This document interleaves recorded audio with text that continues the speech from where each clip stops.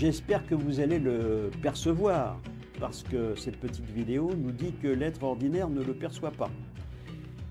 Alors qu'est-ce donc que ce « le » ?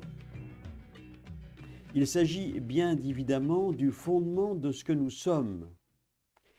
Ce fameux « cela qui est », c'est ça le « le » de cette phrase.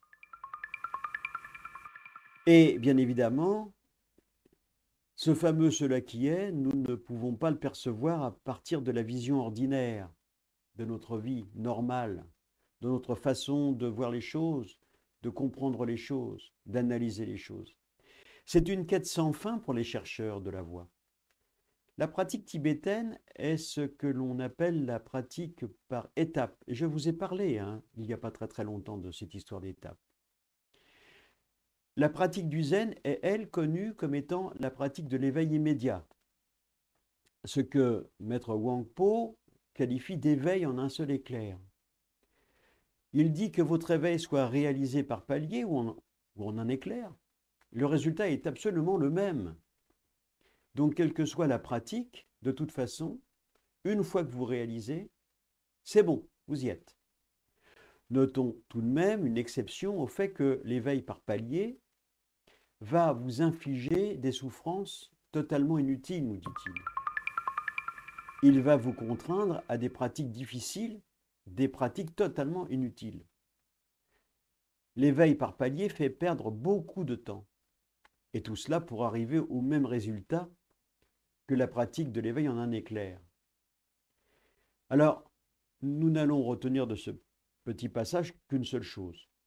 Toutes ces souffrances sont parfaitement inutiles. Voilà, c'est ce que dit Maître Wangpo.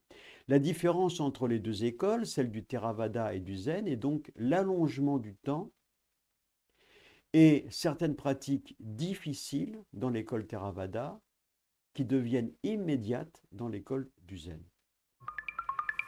Retenons qu'il est préférable d'arriver à soi directement, et c'est ce que nous propose la méditation assise, Zazen. En nous éveillant profondément à nous-mêmes dans la méditation, va apparaître dans toute sa plénitude notre nature, notre vraie nature. Tout est là, c'est complet. Il n'y a aucune possibilité d'évitement. L'éveil arrive d'un coup, au moment même où l'on s'y attend vraiment le moins. Dans cet instant, tout est là, alors même que du point de vue ordinaire, hop, tout a disparu. Wangpo nous dit, vous allez réaliser que la nature de Bouddha ne vous a jamais quitté. Celle-ci vous a accompagné dans toutes les étapes de votre vie et vous ne le saviez même pas. Avec toutes ces souffrances que vous avez traversées, vous n'avez rien ajouté et vous n'avez rien gagné. Et votre accomplissement n'est pas meilleur. Les privations, les souffrances, ça n'ajoute rien à notre cheminement personnel. Et d'ailleurs, si nous suivons les recommandations du Bouddha historique, la souffrance est vraiment de trop. C'est la base de son enseignement. Il est donc intéressant de noter que toutes les actions de privation inutiles et irréelles sont en fait accomplies comme dans un rêve et qu'elles ne servent à rien.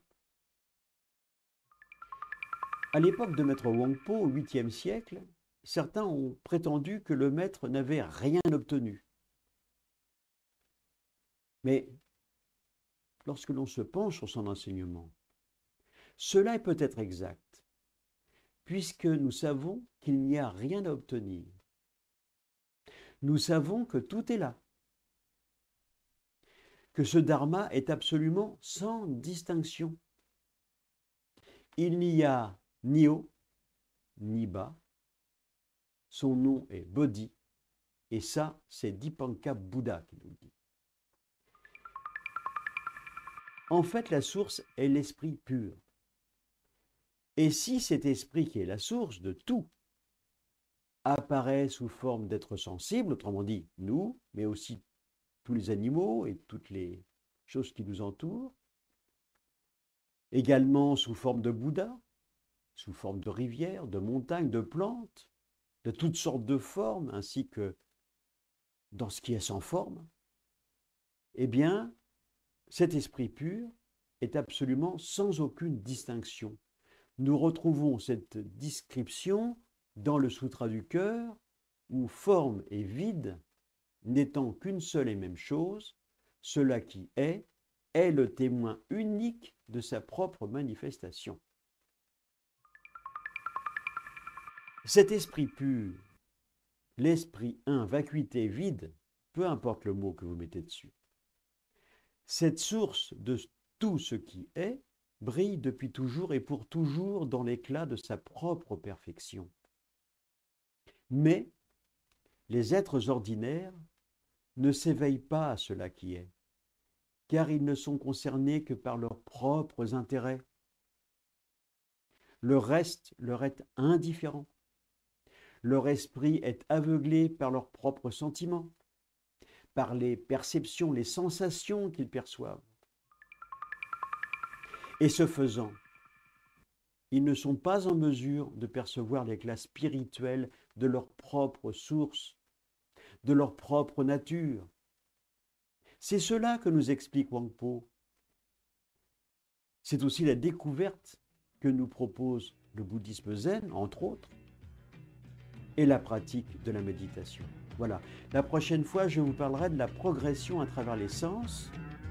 Et en attendant, essayez d'être heureux juste pour donner l'exemple, comme le disait Prévert. N'oubliez pas de mettre des commentaires et je vous retrouve très bientôt.